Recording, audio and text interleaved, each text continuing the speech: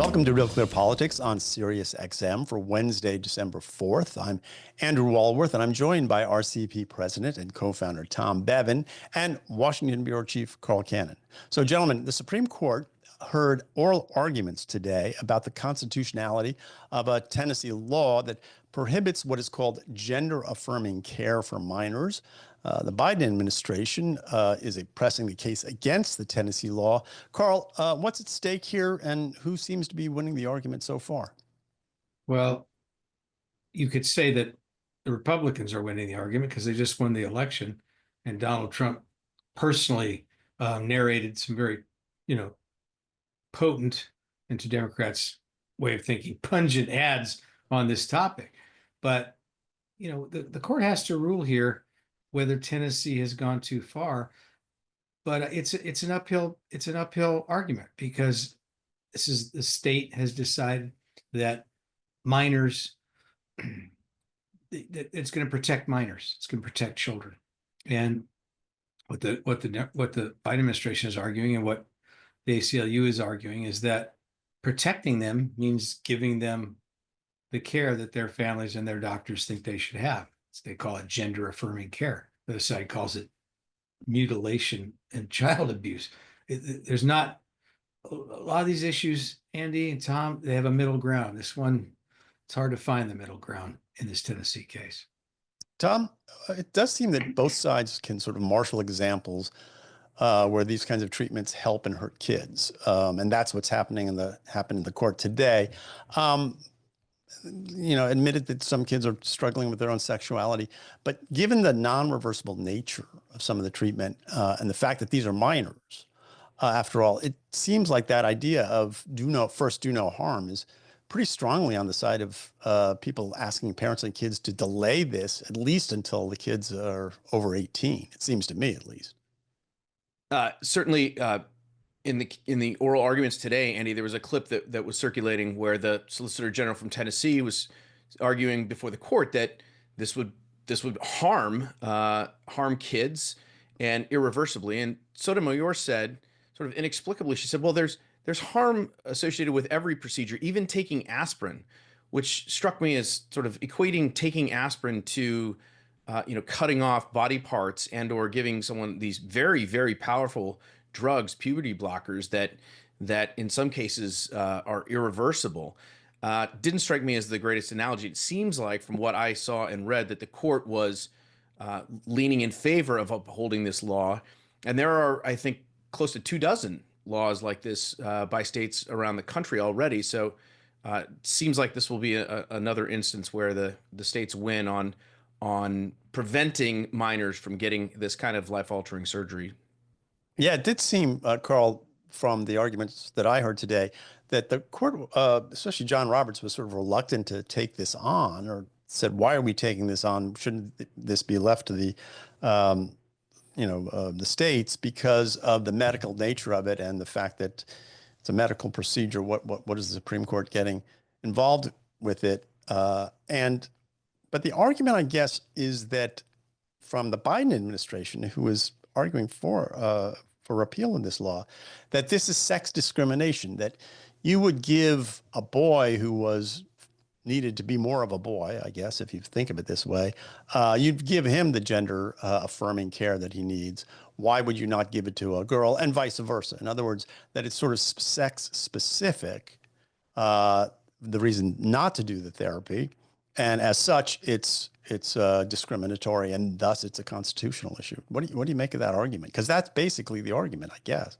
Well, that's right. That argument was made in California in the legislature, which passed a law basically making California a sanctuary state and telling parents if they can come there, they can escape some, antediluvian medieval place like Florida or Alabama or Tennessee, make their way out to California.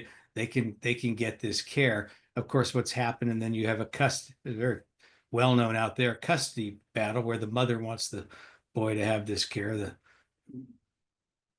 Says the boy's a girl. The father says, no, I don't want that done. And of course, California is so far sided with the mother. But these are messy things. The question is what you said, Andy. is there a right in the Constitution for a minor to have this procedure at an age and to make these decisions? Are these decisions, you can't buy cigarettes in this country at that age. You can't own a gun. Right. You can't get the death penalty. You can't get a tattoo. There's all these things you cannot do as a young person, even a teenager, 18, sometimes 21. You're not allowed to drink legally, supposedly, till you're 21. But you can make a decision that would affect whether you be fertile or infertile, at age 8. There's arguments against it that seem to be winning in the court of public opinion. But the Supreme Court is not going to go by the court of public opinion. They're going to decide what you said, Andy. They're going to say, is this unpermissible sexual discrimination? Seems to me it's an uphill, as I said before, an uphill argument. Yeah, I just want to talk about the politics of it as well. This can't be, and I should probably have looked at some polls before this, but it would seem to me that most Americans, especially given the success that Trump had with that ad, are on the side of Tennessee at this point, where they're saying, look, these are children.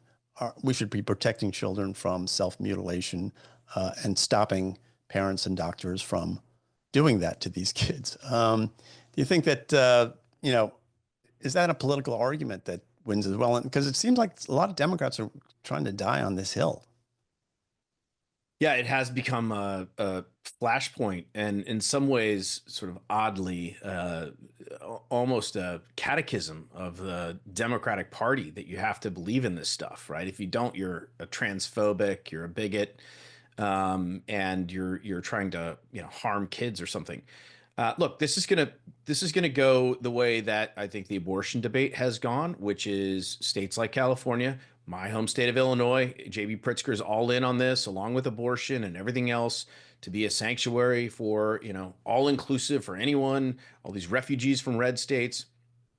And the problem is, to your point, Andy, I think the broad consensus is that, this is something that I think people think side with Republicans on, that it should be something that, when you're an adult, when you're 18 or you're 21 and you can legally do all these other things, if you want to, have surgery, if you want to take drugs, feel free to do it. As long as you're not harming anyone else, it's your body, your choice, as the saying goes. But prior to that, I think most people do side with the idea that children need to be protected. They're not of the age of consent for any of these types of things. And that leads to the question of, well, that we had a piece on RealClearPolitics this morning. What if woke wasn't what cost Dems the election? And I think when you look at, two of the states that we just mentioned, right, California and Illinois, both their governors think they want to be president and will probably run for president in 2028. So they will be firmly in the camp of defending these policies because they will have been promoting them for the last 4 years. And that might put them at odds with, it'll certainly make them favorites in the Democratic primary and among Democratic, base voters. But when you get into a general election, I think a broader population might not look so favorably upon those policies that these governors, these blue state governors, will have been supportive of. Andy, Carl? one quick. Yeah, what do you make of the politics of it? Well, Demurrell on that, yeah. You asked a question about the constitutionality, and that's what this is going to be decided on. But there is an argument in favor of in favor of the Democrat side here, and regarding, I wouldn't say young children, but let's say adolescents. And the argument is, and it's not necessarily a constitutional argument, it's not a reason necessarily that the Tennessee statute is unconstitutional, but it's a reason maybe you wouldn't have the Tennessee statute.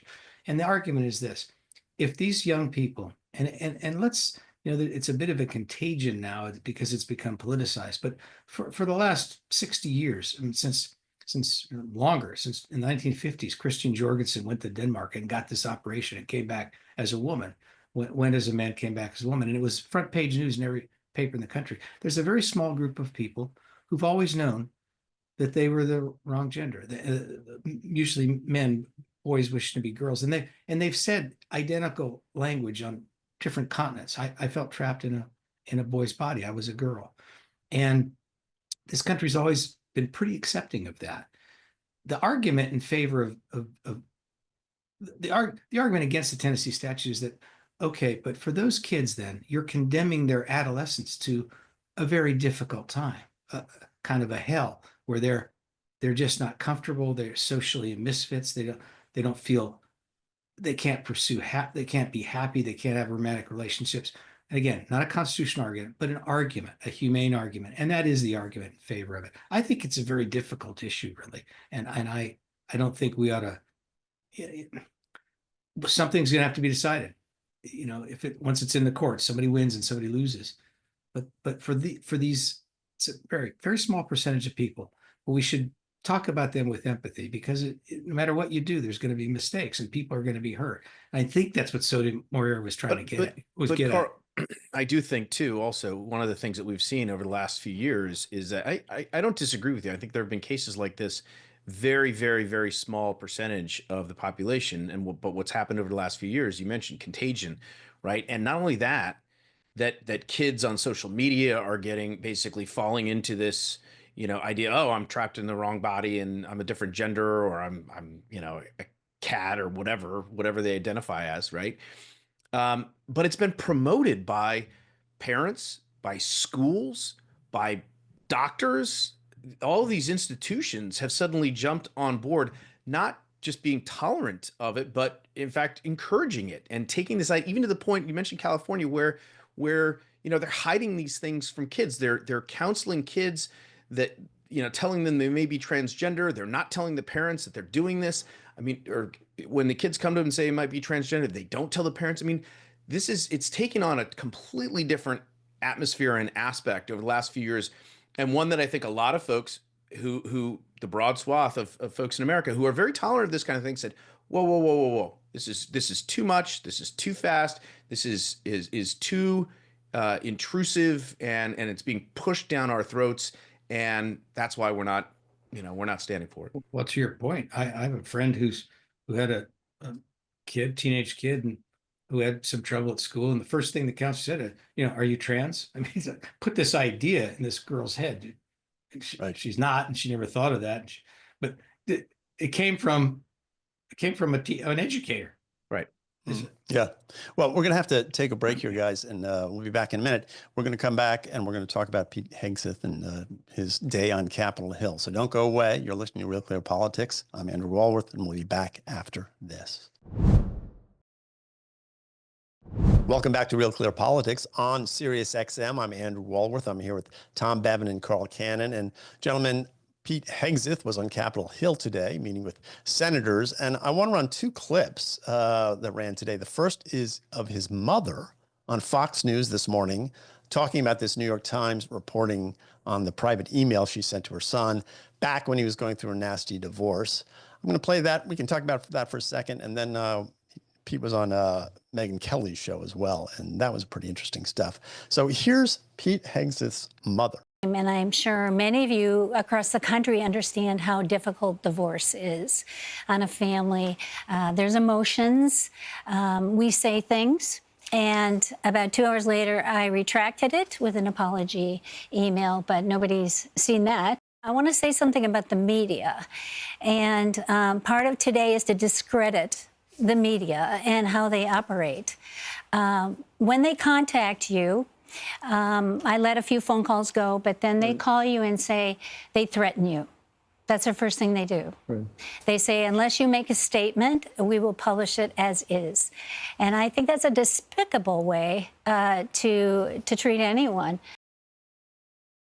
So, Carl, you're a defender of the media, usually on the show. What do you make of Pete's mom's complaint about the Fourth Estate?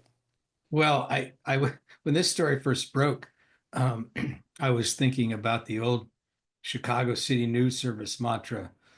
Tom's a Chicago, lives in Chicago. If your mother says she loves you, check it out. And this was always supposed to be, of course, your mother loves you. Well, this is reverse that. If your mother says she hates you, check it out.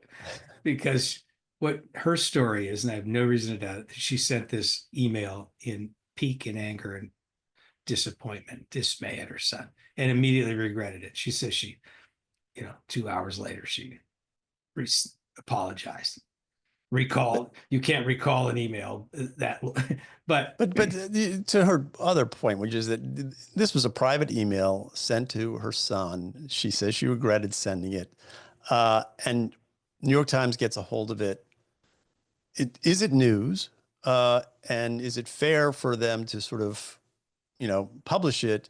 Yes, I guess they asked for her comment on it, but didn't. She felt like she was misrepresented in the article. well, she said said she was bullied. Right. I won't defend that. I wasn't part of those conversations, but there's a context for this. Pete Hegseth is nominated. It's a surprise nomination, Secretary of Defense, a guy who we've mentioned on this show, Ivy League education, military career, combat veteran, medal winner, brave soldier, an officer. But still, he's never run anything. He's been on Fox News. It was a surprise pick. And then the Oppo research starts in. There's this allegation in a hotel room with a married woman. He settled the case. He seems to have been drinking that night. And there's these other stories. People have seen him drunk and, dancing, being forward with women and sort of behaving like, a soldier from another generation and not a woke public servant of this generation. So that's the context for these emails. And I have to tell you, I once did a profile, co-authored it on Norm Mineta, who I came to love. He's a congressman from San Jose, California, where I'm from. And he became cabinet official in two administrations, Bill Clinton and George W. Bush. And when he was a kid, he was in the Japanese relocation camps. He's a heroic American, a great story. But we did a profile on him, and one of his sons was mad at him at the time, and we interviewed him. And he said some things are on the record. But Norm was going through a divorce, and the kid, I think he regretted it. And I later ended up apologizing in writing for including that material in the profile. I think these are a case by case basis. I'm not trying to fault the Times, but I'm saying that is something we should be careful about. These private conversations in families when divorce is involved, it doesn't necessarily give you the full measure of the man. Well, Tom, I want to get your response, but first I want to play. This is Pete Hegseth on Megyn Kelly's show today. Thank God, by the grace of God, I found my chapters of purpose that pulled me out of that. I found, in many ways, I found two things, my two J's. My Jenny, my wife Jennifer, changed my life, saved me. There's just no doubt about it. And my Lord and Savior, Jesus Christ. And without those two J's, I wouldn't be sitting here right now. But with those two J's, like my mom said this morning, and I didn't get a chance to see all of it, but God bless my mom, I'm a very different person than I was 10 years ago. So there he is explaining his point of view on it. Tom, what'd you make of the response? And kind of a pushback today from the Hegseth side, sort of on all fronts. Yeah, I mean, this reporting. He mentioned that at the top of the Kelly interview that he initially didn't want to give any of these rumors oxygen, these stories, because they were just so blatantly false. And then they kept coming, sort of took on a life of their own. And so now he was going to, this was part of a media offensive that he was going to tell his side of the story and start pushing back. He says he talked to Trump this morning. Trump told him to keep fighting. He's apparently supposed to meet with Trump tomorrow. He had some meetings that were scheduled that were canceled and going to be rescheduled. A couple things. Back to the Times. My issue with the Times publishing the mom's email is and basically telling her, look, reaching out to her for a statement and saying, look, you can make a statement or not, but we're going to publish it anyway. I don't have a problem with that if the New York Times would be willing to do the exact same thing if this were a Democrat, appointee. And I just don't have any faith that they would treat those things equally. right? And so if you're not going to do it for a Democrat, then you shouldn't be doing it for a Republican and vice versa. So that's just like a double standard media fairness thing. The other stuff, right, which we talked a little bit about yesterday, the NBC News report, oh, they got 10 anonymous sources or something that have said, they saw Pete drinking and, getting out of hand or whatever. That to me just smacks of bullshit, right? Now you have 24 people who have gone on the record, who have been worked with Pete at Fox News, sat on the couch with him every morning for 8 years, 9 years, and all said, look, he's not, we never smelled alcohol in his breath. He never showed up drunk. That's not the kind of person he is, et cetera, et cetera. And, Pete mentioned this, the New York Times or NBC News never contacted any of those people. Not any of the people who were closest to him, people he was in combat with, the people he worked with at Fox. They just took some anonymous folks and blew that up into a story. And I think at the very least, if you're going to publish some anonymous stuff, you should at least, as a bare minimum, reach out to not only Hegseth, but some of the other folks and see if there are people who defend him, who contradict that narrative. Otherwise, it's just a total smear and a total hit job right from the get-go. And I think that's what NBC News ended up doing. And I think that's part of what this is all about. And so, Tom, because there was some talk about DeSantis possibly replacing him as the nominee, that talk seemed to be coming from the DeSantis camp. Any truth to that? And what do you think happens next? Well, the Wall Street Journal reported it. I have no reason to believe that it's not true, but maybe, it's impossible to know. Hegseth said he talked to Trump and Trump said to keep fighting. So we'll see. I mean, this is one of those things that you just don't know exactly what's going on in the inner circle. Trump may be to the point where he wants to switch gears and go with someone else. But, I still think I believe Hegseth when he says, Trump wants him to keep fighting. And I think he has had from what I've seen, pretty good meetings with Republicans on the Hill. And I don't think Republicans want to, based on, again, anonymously sourced stuff coming from the legacy media, just chuck Pete Hegseth overboard and force Trump to go in a different direction. I mean, that would be, I think, a mistake for Republicans. Now, again, if people are going to go on the record, if there's going to be more evidence supporting some of these charges and claims, it's a different story. But right now, it seems to me it's, Pete's got 25, 30 people who are vouching for his character on the record, rebutting these claims that have been made anonymously in the media. That to me is a no-brainer if you're a Republican senator or you're Donald Trump. Carl? However this comes out, it's been a good week for God, because I was struck by Pete Hegseth's 2 J's, his wife Jenny and Jesus. And it reminded me of a 3rd J, Jameis Winston, who said after a tough game the other night, said he's praying for the Lord to deliver me from pick sixes. Well, all right. We're going to have to leave this segment right here. Hey, you're listening to Real Clear Politics on Sirius XM. I'm Andrew Walworth. I'm here with Carl and Tom. We're going to take a break. We'll be right back after this. Welcome back to Real Clear Politics on Sirius XM. I'm Andrew Walworth. I'm here with Tom and Carl. And Tom, it's been almost a full month since Election Day. We finally have a tally of all the votes cast. Adam Gray won the race for California's 13th congressional district. The unseated incumbent Republican John Duarte flipped that final unresolved seat. And that means that there's 435 seats. Republicans are going to hold 220, Democrats 215, 5-seat majority. But with some members moving into the Trump administration, that's going to be even a slimmer majority. What are the Republicans up to here? Well, first, let's just talk about what a disgrace it is that California takes a month to count ballots. And this is something that, Why are we picking on my home state today? Because they deserve it. And this is something that drives Republicans crazy, right? John Duarte had a lead, and then, they keep curing these ballots, right? They can do that up to, I think, December 1st. And so you have effectively like 3 or 4 weeks to just continue to, find ballots and cure them. And next thing you know, the Democrat overtakes him, wins by 143 votes. And that happened in a couple races in California, by the way. So it's just one of these things.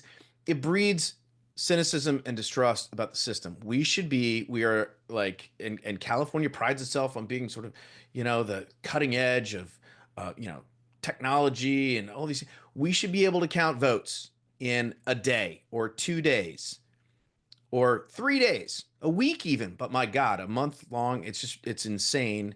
And it's not good for the fabric of the country. So look, that wasn't the question he asked you, Tom. I understand, but I had to have my rant because now I'll go to answer the look, Republicans, it's going to be, a couple of members get sick, they get stuck in a snowstorm, and it's going to be disaster. I mean, it's going to be really, really tough for Republicans to manage, for Mike Johnson to manage a 1-seat majority. Yeah. So Carl, 3 members are going into the administration, or in terms of Matt Gaetz, was going into the administration, was now going into something else, TikTok or whatever. But the Republicans can't put anyone else in the administration, it looks like. And with a 2-seat majority, that's what are they going to get done? Well, they're going to have to fill those seats. But here, look, the good news. Yes, that's true. It's until the elections. Yeah. Right. But the good news elections for the speaker is that Matt Gaetz isn't there. And I imagine if you put him under sodium pentothal and made him tell you the truth, he'd trade that for a 10-seat majority, just having Gaetz out of the House. Tom, do you think we can do anything to speed up the counting of these votes? You got about a minute here. No, I mean, yes, I hope we can. We could pass laws, and we could do, best practices, and they could be implemented. California, it's been like this for years and years and years, and they just refuse to change. Oh, it's getting worse. Susan Crabtree wrote a story for us, and you go back and look at it if you're listening to this show or watching it, about California. They keep adding new bells and whistles every year to slow it down. They've got a super majority, Democratic majority in the legislature, and they like this. Maybe for the reason Tom implied, that it helps them. Well, we're going to have to leave it there, guys. You're listening to Real Clear Politics on Sirius XM. I'm Andrew Walworth. I've been talking with Tom and Carl. We're going to take a break and be back right after this. Welcome back to the show for our last segment here today. I'm talking with Jack Hamilton, better known as Professor John Maxwell Hamilton. He's an esteemed journalism professor at Louisiana State University. Carl Cannon, Washington Bureau Chief for Clear Politics. You're listening to RCP Radio on Sirius XM or on our podcast, which we post on our website every day. Jack, thanks for joining me. Glad to be here, Carl. You had a piece that we ran on the front page on Wednesday, and it's a different kind of political commentary. You're writing as a Democrat, but as a person who sees both sides because you're trained in the world's greatest profession, journalism. And but you have a caution for both sides, for both the MAGA Republicans who are feeling triumphant, and for Democrats who are, their reactions vary. But tell our viewers and listeners what you're trying to tell each side to do. Well, I think there are really 2 messages. One is that the idea of reform can be good. And I think we need to embrace that concept. There's a difference, however, between reform and revolution. And I have a concern about a revolution and what the consequences of that will be. Second thing is, I think we need to, and I write about this often in my columns, I think we need to try to always go back to principles. And principles means wanting to make the system work better and strengthening it, rather than finding ways to tear it down. And also to respect the truth and fairness rather than your own side. So as an example, President Biden pardons his son, which I find appalling. It actually seriously bothers me. One of the arguments I hear Democrats make is, and they genuinely feel this way as well, Trump has very porous relationships between being president and his business interests. He's pardoned his own family members and so forth. Okay, so he has, but we can't have a spiral going down and down so that every time one side does something, the other side tries to match it. Why imitate the things you don't like? Why not rise above that? And being a liberal And I'm pretty much a centrist Democrat on most issues, and sometimes slightly conservative. But being a liberal, I expect the people that I identify with to take the lead in doing that. And I would hope both sides would do that. And so that's my concern. Jack, let me ask you a question, because I've noticed this since Donald Trump came on the scene in 2015, and that's been a while now. We're 9 years into this guy, and Right. I would tell you, I think it's the strangest or most unexpected thing I've encountered in my political career, which is that the people who profess to dislike Trump the most, who really hate him, who think he's a menace and a danger, and they're the people who act the most like him. They're willing to bend these norms. They're willing to exaggerate. He lies. They lie. He says something stupid. They mischaracterize it on purpose to make it sound even stupider. I don't what drives people to not do what you're saying, not be a little more philosophical about what they're doing and trying to and adhere to their own principles. So, especially in the last couple of weeks since the election, and also reading comments when I write columns for you, which I enjoy doing in large part because you put all sides on it. And for me, that's a point of saying to my liberal friends, hey, look, I write in places that I try to have multiple points of view. And I respect that. And I'm beginning to change my mind on some things in ways that I'm not happy about. And one is, I think, the number of people out there, not all, but the large number of people out there who actually think that chaos is better than what we have now. And I really believe that. Now, having been a combat Marine and having been a foreign correspondent in countries where I saw what wars look like, I'm appalled to think anyone would want that, to see places in utter chaos and their own families subjected to these kinds of problems. But there's two things about it, and history tells us something about this. The first is, when people feel this way so strongly that they don't want to see the other side, it's a sign of how desperate they are. That, in other words, they feel that the system has nothing in it for them. And that's something that Democrats have to pay attention to. You can't just write people off because they are that way. I mean, you have to find out why they actually don't care and why they feel so strongly. The second thing that I remembered, thought about, is, revolutions are always led by elites. And that's an interesting paradox with the Trump administration, or the Trump followers, because actually, if you match up leaders in the Trump administration with previous administrations, they're more elite than some of the people who are in the Democratic cabinet and so forth. I mean, they all went to elite colleges. They may now wear leather jackets and kind of look slovenly and walk around as if they look like they weren't at Harvard, but most of them went there. And so that's something I think that Trump followers really need to think about. Why is it that elites are asking to tear down a system that they benefited from and made fortunes from or fame?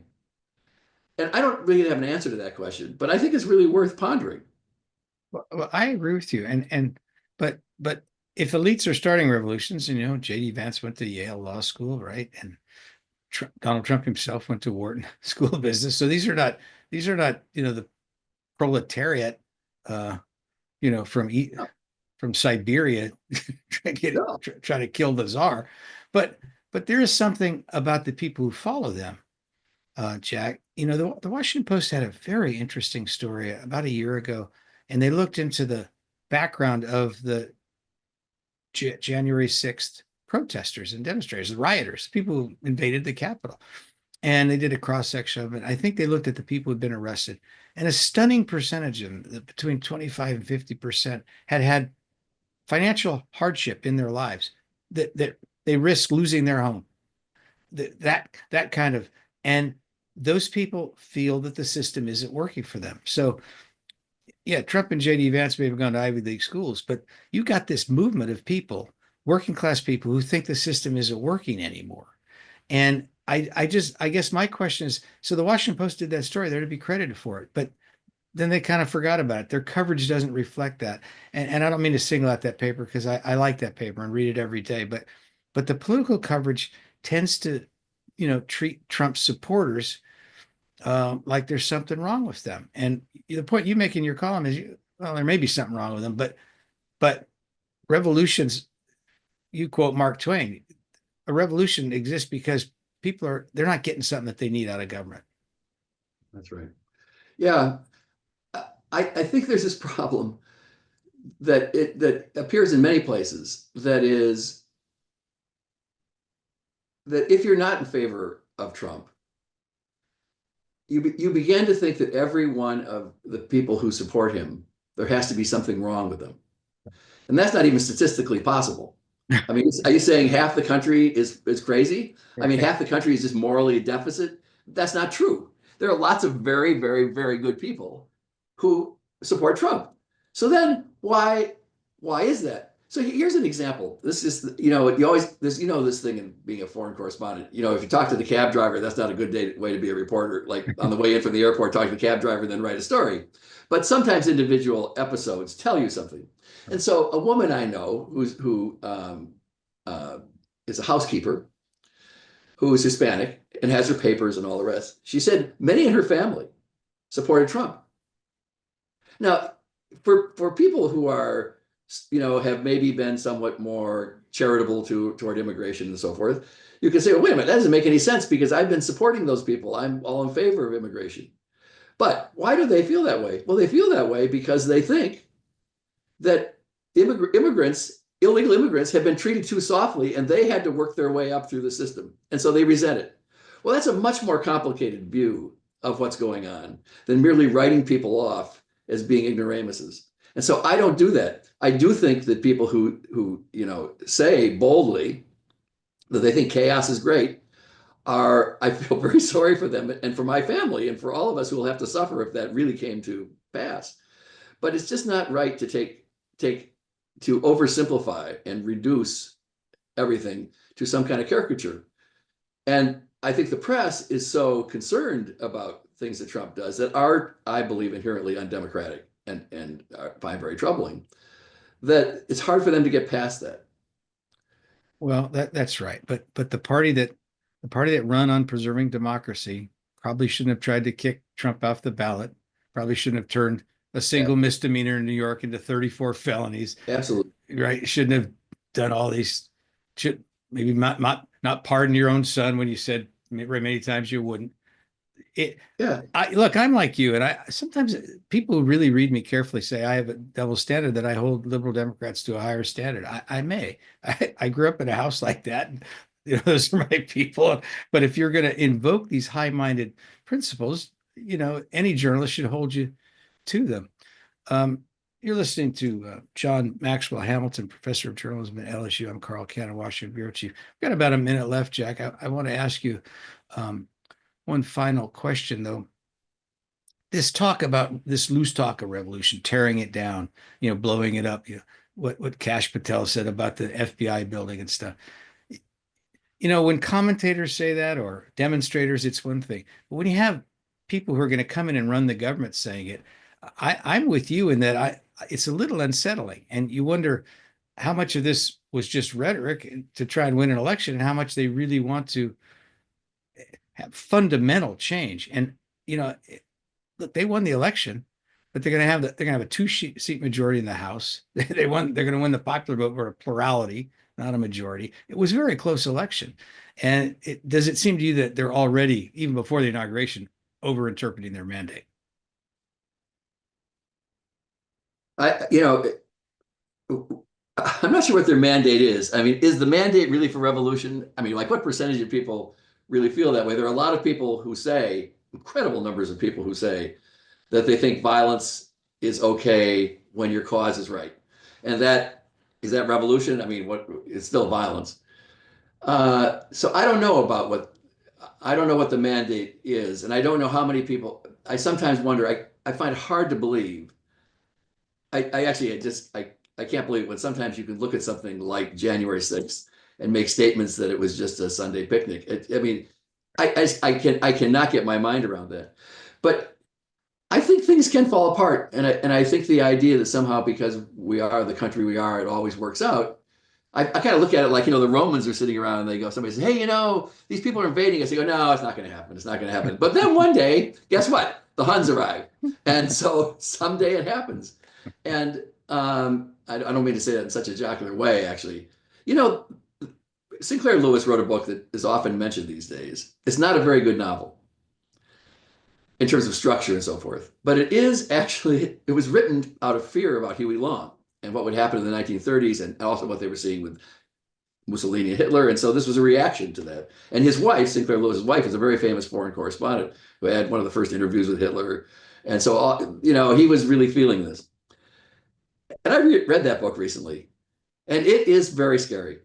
Name because it shows of the novel? It can't happen here. That's right. And it's a very interesting book because you can see how this can work. How one day somebody gets a job who has not had a good job or has not had, and now all of a sudden that person's in charge. And then that person starts overreaching and then does terrible things to people. But then that person had something terrible done to them because this kind of revolution just gets off the rail and eats its own. And I just wish people who thought about violence this way really understood what it means for them and their families. That's the part that I think is so important. And I agree with you. You've been listening to Jack Hamilton, professor of journalism at LSU. And one of the reasons I'm optimistic about the future is that we still have educators like Dr. Hamilton. That's going to do it for us today. We'll be back tomorrow on Sirius XM, POTUS Channel 124. I'm Carl Cannon, Washington Bureau Chief of Real Clear Politics. Have a good evening, and we'll see you tomorrow.